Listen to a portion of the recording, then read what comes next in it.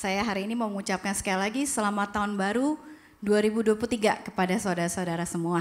Dan saya berdoa supaya tahun ini kita semakin aware, kita semakin conscious, semakin sadar akan kasih Tuhan dan penyertaan Tuhan di dalam hidup kita. Amin. Saudara, 1 bulan terakhir ini saya berdoa, saya meminta pimpinan Roh Kudus untuk memberikan visi kepada gereja kita di tahun 2023 ini. Apakah kehendak Tuhan buat gereja kita yang baru saja dirintis? Dan seperti yang sudah saya pernah bagikan waktu acara Natal kemarin itu ya, bahwa gereja kita punya visi untuk menjadi gereja yang berkekeluargaan, yang menerapkan kasih karunia Kristus kepada masing-masing, di mana di dalam interaksi kita kepada sama kita menerapkan kasih karunia Kristus. Kita saling menerima satu sama lain, tidak fokus kepada kekurangan masing-masing, tapi fokus kepada kelebihan kita, bukan untuk membanggakan diri, tetapi untuk melengkapi kekurangan saudara-saudara kita. Amin. Dan itu adalah visi kita secara utama, visi jangka panjang. Tetapi kita juga perlu visi jangka pendek, di mana visi jangka pendek ini akan membawa kita semakin dekat, selangkah demi selangkah menuju kepada visi jangka panjang ini yang akan mempersiapkan kita. Dan ketika saya berdoa, saya mendapatkan sebuah impresi bahwa Tuhan pertama-tama ingin meletakkan fondasi yang kuat buat gereja kita. Karena fondasi yang kuat akan menentukan apakah gereja kita akan berdiri kuat seperti layaknya sebuah building yang berdiri tegak, teguh, ataukah gereja kita semakin lama karena fondasi nggak kuat akan semakin miring dan akhirnya runtuh. Dan maka itu yang Tuhan mau kerjakan di sini, memberikan kita fondasi yang kuat dulu. Dan dengan fondasi yang kuat ini Tuhan akan membawa kita untuk bisa mencapai visi kita yang utama, ya. Dan saya bisa melihat hati saudara-saudara buat gereja ini. Saya berterima kasih. Dan jujur ketika saya berdoa, saya merasakan sukacita. Saya merasakan gereja ini sudah menjadi bagian dalam diri saya. Saya kalau mau ngomongnya secara lebay ya, saya makin lama makin jatuh hati sama saudara-saudara. Ya, karena saudara-saudara ini memberikan saya sukacita yang luar biasa. Sukacita saya semakin lengkap dengan adanya saudara-saudara di sini, dan I want to thank you guys for that gitu ya. Dan saya juga melihat ketika dengan berbicara dengan masing-masing dari saudara-saudara dalam setiap percakapan, saya melihat saudara-saudara kita semua eager di sini untuk apa ya, supaya gereja kita ini menjadi berkat buat banyak orang. Eager, pengen cepat-cepat gereja ini bisa berkembang dengan cepat, menjangkau jiwa-jiwa gitu ya. Tapi dan saya mendukung, saya sangat mengamini keinginan itu. Saya juga senang ya saudara. Tetapi tahun ini Tuhan menaruh di hati saya bahwa kita nggak perlu buru-buru, dan tahun ini ada tahun persiapan buat kita, di mana Dia akan membuat kita baik secara kolektif sebagai gereja bersama-sama ataupun secara individual dalam kehidupan masing-masing. Dia ingin membawa kita dulu untuk berdiri teguh di atas dasar atau fondasi yang kuat itu. Dan inilah visi 2023 saudara, bagi gereja keluarga Kristus, yaitu berdiri teguh di atas fondasi yang kuat. Nah, bagaimana kita bisa berdiri teguh di atas fondasi ini? Bagaimana kita bisa memiliki fondasi yang kuat? Mari kita lihat di 2 Timotius 2 ayat 19.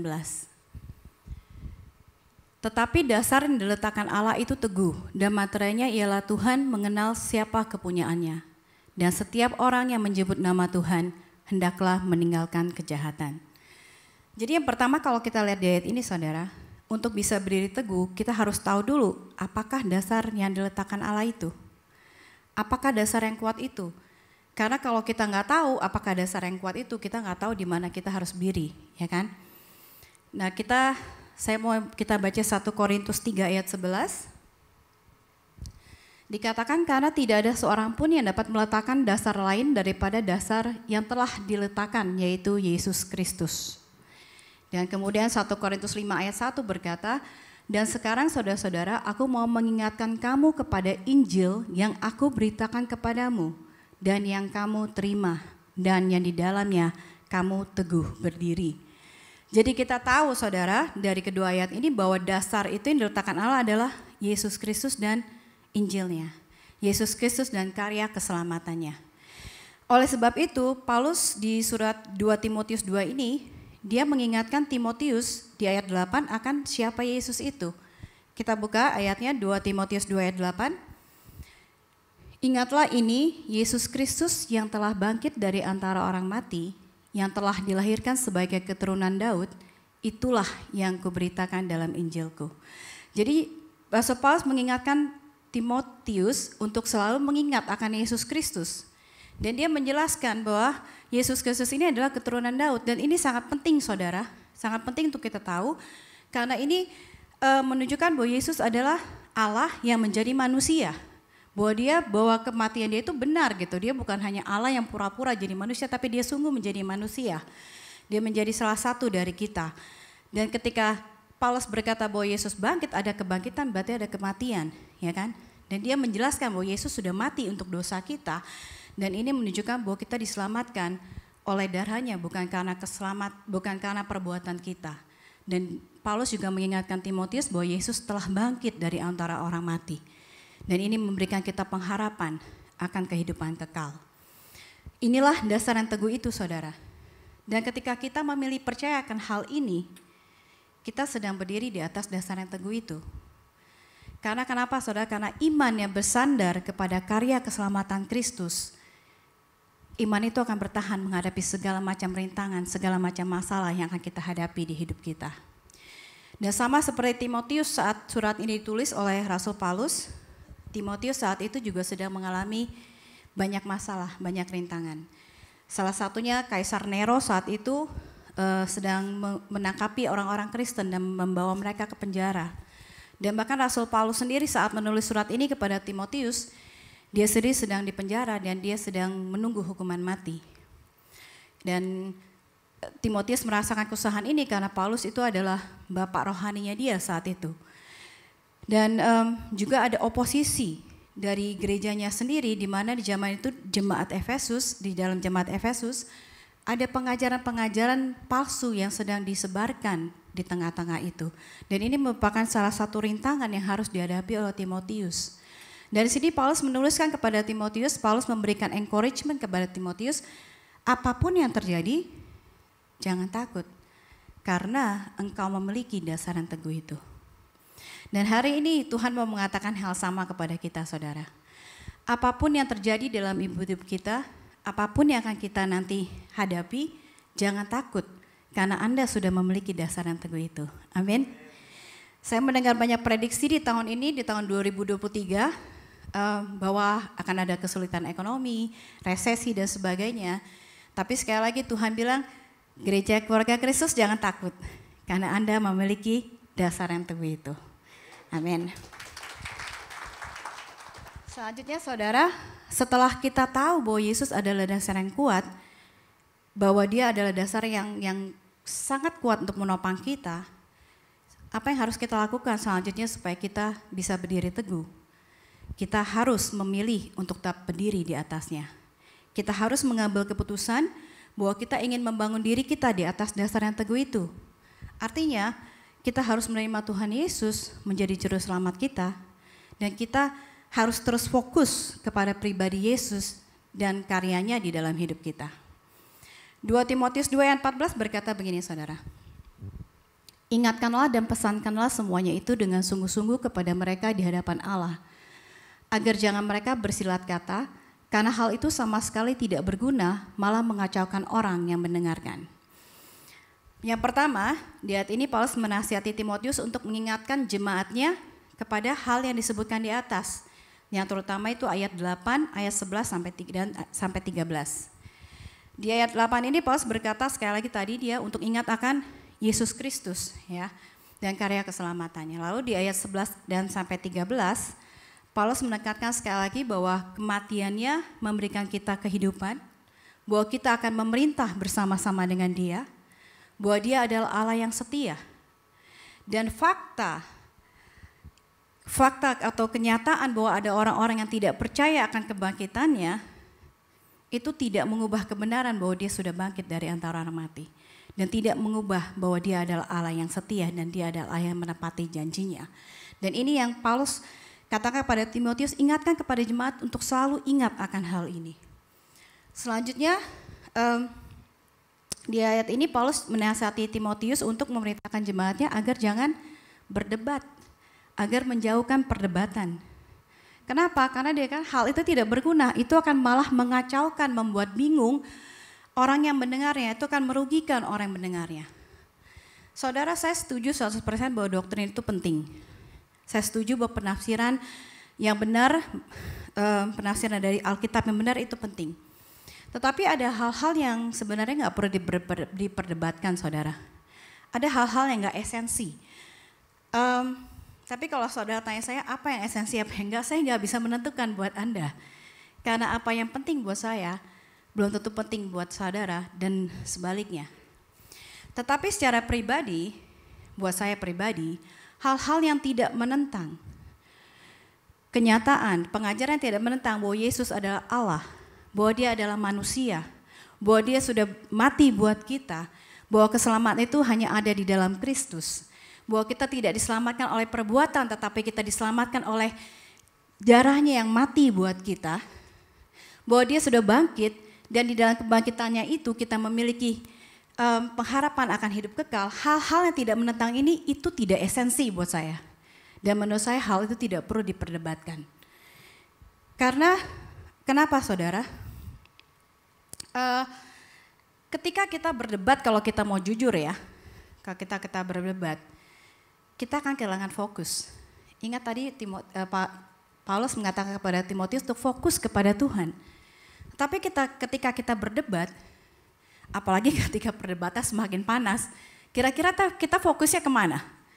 Kita bukan lagi fokus kepada firman, bukan lagi fokus kepada Injil, bukan lagi fokus kepada Yesus dan karya keselamatannya dan tujuan kenapa Injil itu diberitakan, tetapi kita fokus kepada kebenaran kita sendiri. Kita fokus untuk memenangkan perdebatan itu. Dan kalau saudara seandainya menang, kalau kita menang pun, saya katakan bahwa sebenarnya kita kalah. Meskipun pada akhirnya saat kita berdebat, lawan debat kita diam dan gak bisa ngomong apa-apa karena kita mungkin terlalu pandai bersilat kata. Tetapi kita sebenarnya sudah kalah. Karena apa yang kita lakukan tidak sesuai dengan tujuan dari firman itu diberitakan. Yaitu untuk saling membangun dan untuk memuliakan nama Tuhan.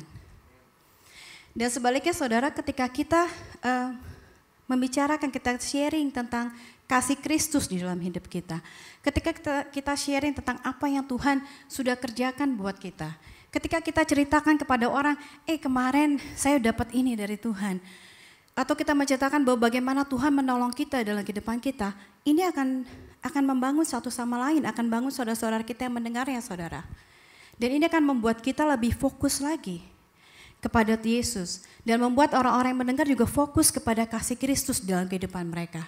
Kita akan menjadi jemaat yang saling menguatkan. Kita akan menjadi jemaat yang saling mengingatkan satu sama lain akan kasih Kristus yang ada dalam diri mereka. Dan ini yang harus kita sadari sebagai tubuh Kristus, saudara. Saya mau kita sadar bahwa Alkitab nggak pernah bilang bahwa kita akan dipersatukan oleh doktrin. Benar nggak Pak Denny? Benar ya? Ya, Alkitab nggak pernah berkata bahwa kita akan dipersatukan di dalam doktrin. Tetapi Alkitab berkata bahwa kita akan dipersatukan di dalam apa? Iman kepada Yesus Kristus dan pengenalan akan Yesus Kristus. Dan ini yang harus selalu kita ceritakan kepada orang. Amin. Saya perlu menjelaskan lagi bahwa memang benar kita nggak bisa menginterpretasikan, kita nggak bisa menafsirkan ayat seenak-enaknya kita, itu benar. Nanti jangan karena saya bilang kan doktrin nggak penting terus kita mengadakan interpretasi bebas, enggak juga. Ada hal-hal yang kita harus tahu, background, konteks, sejarah, supaya kita bisa mendapatkan penafsiran yang benar. Kita mengerti tujuan, benar-benar tujuan kenapa perikop tersebut ditulis. Harus ada sesuatu yang memanggari interpretasi kita. Kita nggak boleh interpretasi asal-asalan. Tetapi bukan ini yang tadi saya bicarakan, bukan hal ini. Yang sedang saya bicarakan ada hal-hal yang sudah diperdebatkan berpuluh-puluh tahun oleh Bapa rohani kita yang sampai sekarang belum mendapatkan titik temu dan yang sebenarnya tidak perlu diperdebatkan juga oleh kita. Ya, juga hal-hal yang enggak esensi, hal-hal yang enggak sama sekali enggak ada efek di dalam pertumbuhan rohani kita. Kita enggak perlu memperdebatkan hal-hal itu. Misalnya contohnya tata cara beribadah. Apakah kita harus nyanyi lagu yang kusuk, yang hymn, ataukah kita harus nyanyi lagu yang upbeat? Itu enggak perlu diperdebatkan. Atau apa yang boleh dimakan dan apa yang tidak boleh dimakan, itu juga tidak harus diperdebatkan, saudara. Intinya, yang saya mau katakan kepada saudara, apapun yang saudara percayai, lakukan itu dengan sungguh-sungguh. Kita enggak harus memaksakan kepercayaan kita kepada orang lain, tapi apapun yang kita percayai, lakukan itu. Karena betul atau tidaknya apa yang kita percayai akan terbukti ketika kita melakukannya. As simple as that. Amin. Jadi sekali lagi, Jemaat Gereja Keluarga Kristus, saya mau mengingatkan bahwa kita tidak dipersatukan di dalam doktrin, tetapi kita dipersatukan dalam iman kepada Yesus Kristus. Amin. Maka jauhkan perdebatkan dan share apa yang Tuhan sudah lakukan di dalam kehidupan kita sehingga kita boleh saling menguatkan satu sama yang lain. Dan yang ketiga, selanjutnya ketika kita sudah tahu apakah dasar yang kuat itu, ketika kita sudah memilih untuk berdiri di atas dasar yang kuat itu, untuk membangun hidup kita di atas dasar yang kuat itu, untuk kita bisa berdiri teguh, kita harus membangun sesuai dengan arah dari fondasi itu, sesuai dengan angle dari fondasi itu. Saudara, Alkitab berkata bahwa Yesus adalah cornerstone, dia adalah batu penjuru, batu utama, di mana kita akan dibangun di atas batu itu. Dan cornerstone ini, batu utama ini, dia menentukan angle, menentukan arah dari batu-batu selanjutnya yang akan dibangun. Sehingga ketika seseorang membangun sesuai dengan arah dan angle dari cornerstone ini, bangunan itu akan berdiri teguh, bangunan itu akan kuat berdiri. Nah, kita harus mengerti angle dan arah dari fondasi kita, sehingga kita bisa menyelaraskan pikiran kita sesuai dengan fondasi tersebut. Kita baca lagi ya ayat 19. Tetapi dasar yang diletakkan Allah itu teguh dan materainya ialah Tuhan mengenal siapa kepunyaannya dan setiap orang yang menyebut nama Tuhan hendaklah meninggalkan kejahatan. Jadi di zaman dulu saudara ketika mereka membangun sebuah bangunan, mereka biasanya akan menuliskan sesuatu di fondasinya, mereka akan mengukir informasi tentang bangunan itu yang mereka mau menyampaikan kepada orang. Tujuan bangunan itu dibangun, siapa yang membangun, tahun bangunan itu dibangun atau lain sebagainya. Dan di ayat 19 ini dikatakan di atas fondasi itu, di atas dasar yang diletakkan Tuhan, itu ada tulisannya saudara.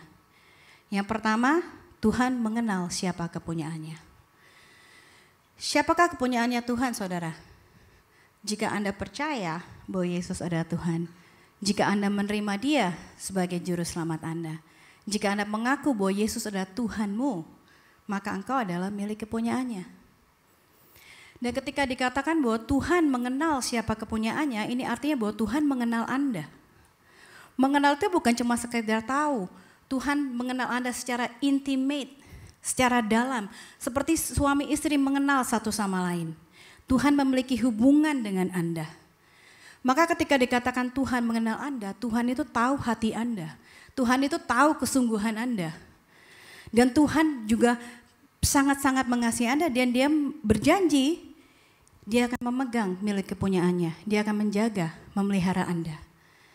Yohanes 10 ayat 27 sampai 28 berkata, domba-dombaku mendengar suaraku dan aku mengenal mereka dan mereka mengikut aku. Dan aku memberikan hidup yang kekal kepada mereka dan mereka pasti tidak akan binasa sampai selama-lamanya. Dan seorang pun tidak akan merebut mereka dari tanganku. Ini yang Yesus janjikan saudara. Jadi saudara, Anda bisa teguh berdiri di dalam keselamatan Anda. Ini jaminan yang diberikan Yesus kepada Anda. Dia nggak akan meninggalkan Anda. Dia nggak akan melepaskan Anda. Dan jika kita percaya kepada Dia, kita ini miliknya. Dan kita akan dipelihara oleh Dia untuk selama-lamanya. Maka saudara, setiap pengajaran yang membuat kita takut dan tidak yakin akan keselamatan kita, kita tahu itu tidak selaras dengan angle dari batu penjuru kita. Dan jangan kita pakai batu itu untuk membangun kehidupan kita. Amin. Yang kedua, tulisan yang kedua adalah setiap orang yang menyebut nama Tuhan hendaklah meninggalkan kejahatan. Ayat ini berbicara tentang hasil dari ketika kita menerima Tuhan sebagai juru selamat kita. Bahwa ketika kita menerima Dia sebagai Tuhan, kita tidak hanya diselamatkan, tetapi kita juga diberikan anugerah, kita diberikan kemampuan untuk meninggalkan segala kejahatan yang ada. Dan ini pernah saya bahas sebelumnya. Bahwa ada karakteristik yang dimiliki oleh anak Tuhan, yaitu anak-anak Tuhan tidak menyukai kejahatan. Dan dikatakan di sini orang yang menyebut nama Tuhan.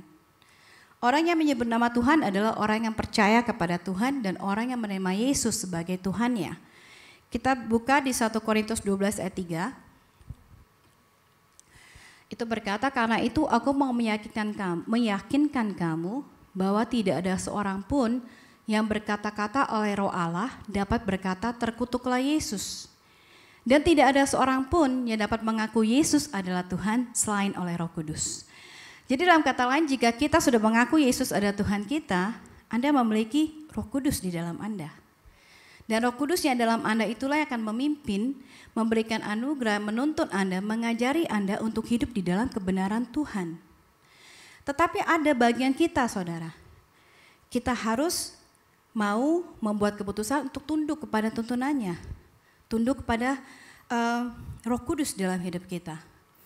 Jadi sebenarnya ketika kita fokus kepada kebenaran, ketika kita fokus kepada firman Tuhan, ketika kita fokus kepada tuntunan Roh Kudus dalam kehidupan kita, kita pasti akan menjauhkan kejahatan.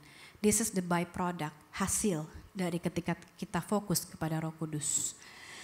Selama kita masih hidup, memang di dunia ini saudara, memang kita akan berbuat dosa. Kita akan berbuat kesalahan.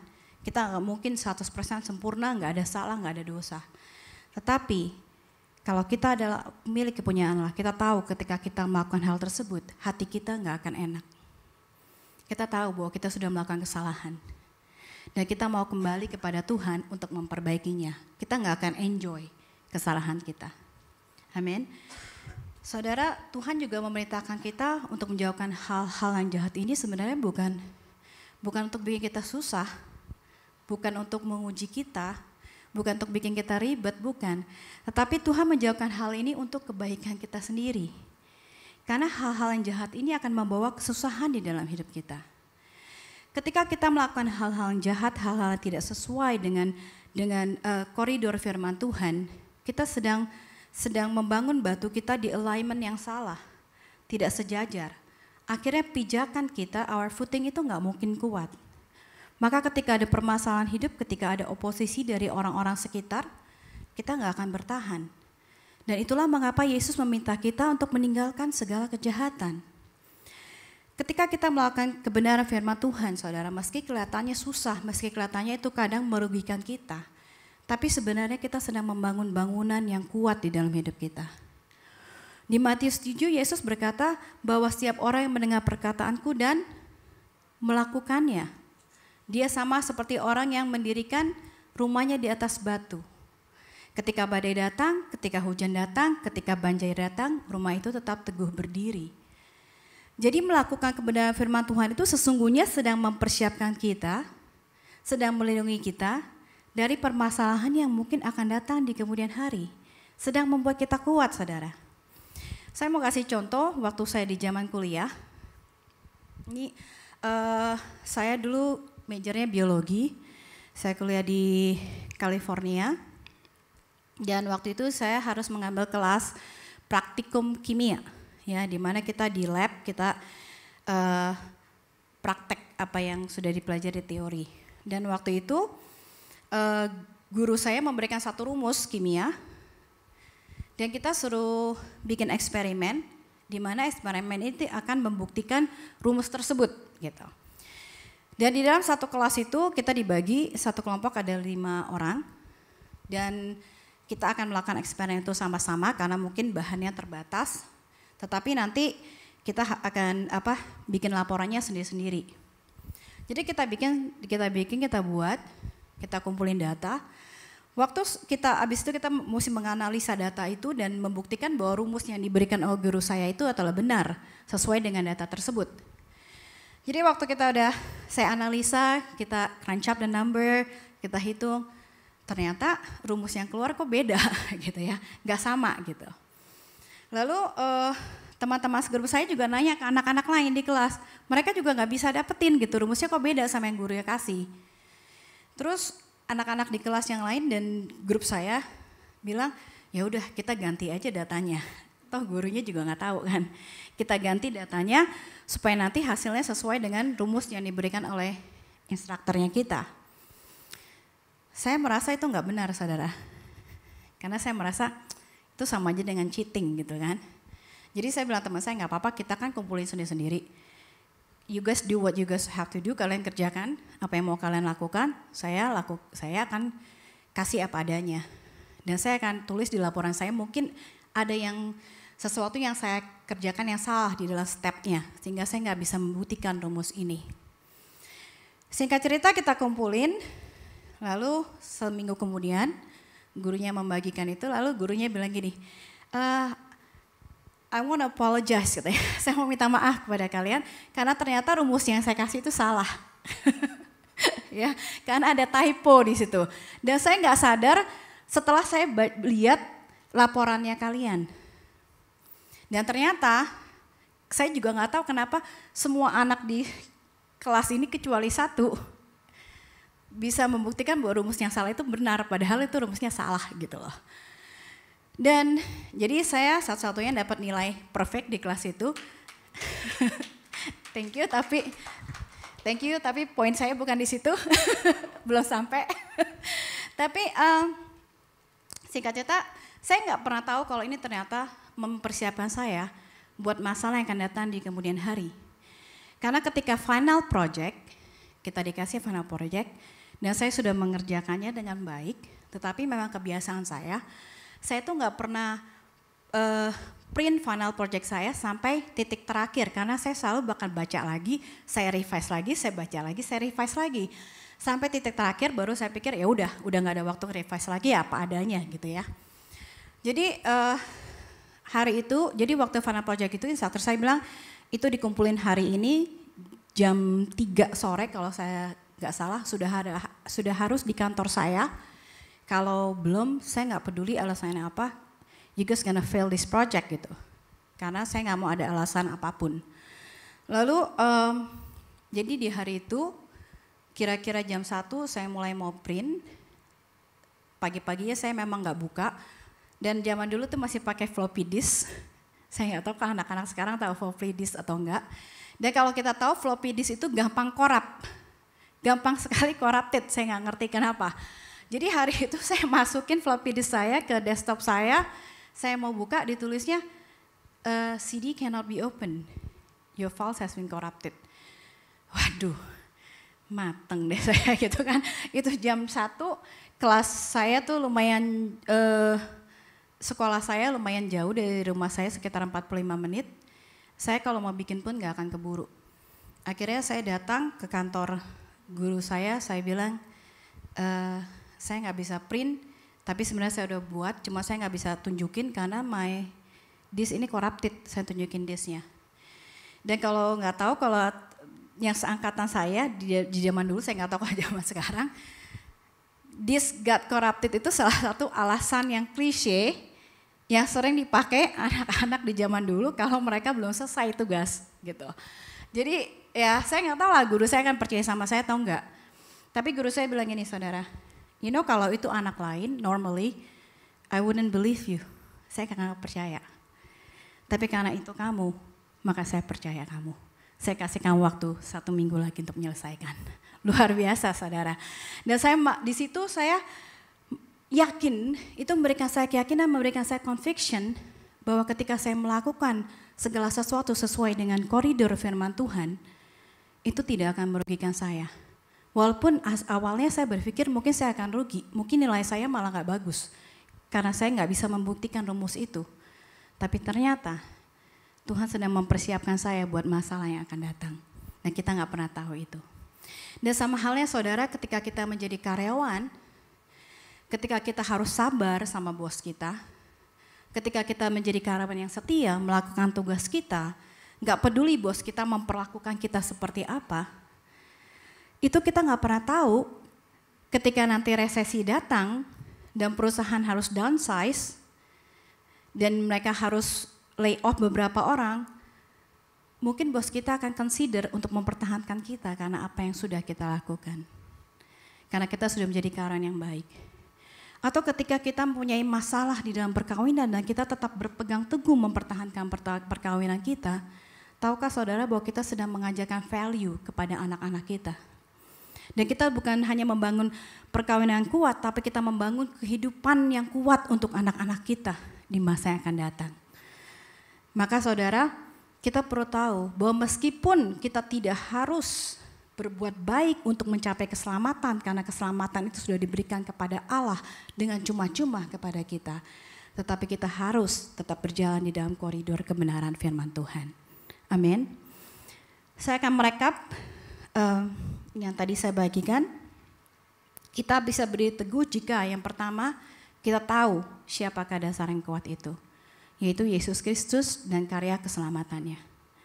Yang kedua, jika kita memilih untuk berdiri di atas fondasi itu, ketika kita fokus kepada Yesus dan kepada Injilnya dan meninggalkan hal-hal yang lain yang membuat fokus kita terganggu.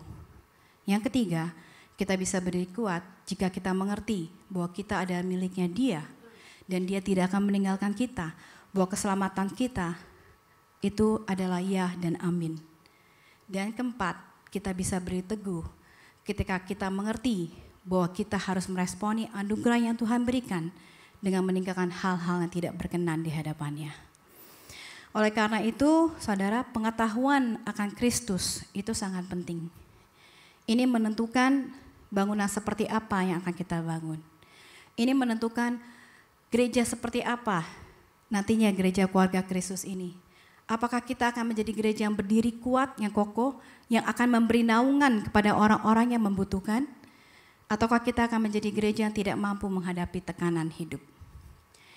Tahun 2023 ini Tuhan berkata agar gereja kita fokus kepada Injilnya, agar gereja kita fokus kepada Tuhan Yesus, berdiri teguh di dalam karya keselamatannya, dan selalu again and again ingatkan diri kita akan kasih-Nya dan apa yang sudah Dia kerjakan di dalam kehidupan kita. Dan ini akan menjadi tema dari khotbah kita setiap hari Minggu, termasuk bukan hanya di kebaktian umum, tetapi termasuk juga Sunday School. Karena kita tahu anak-anak Sunday School ini akan menjadi penerus iman kita nantinya.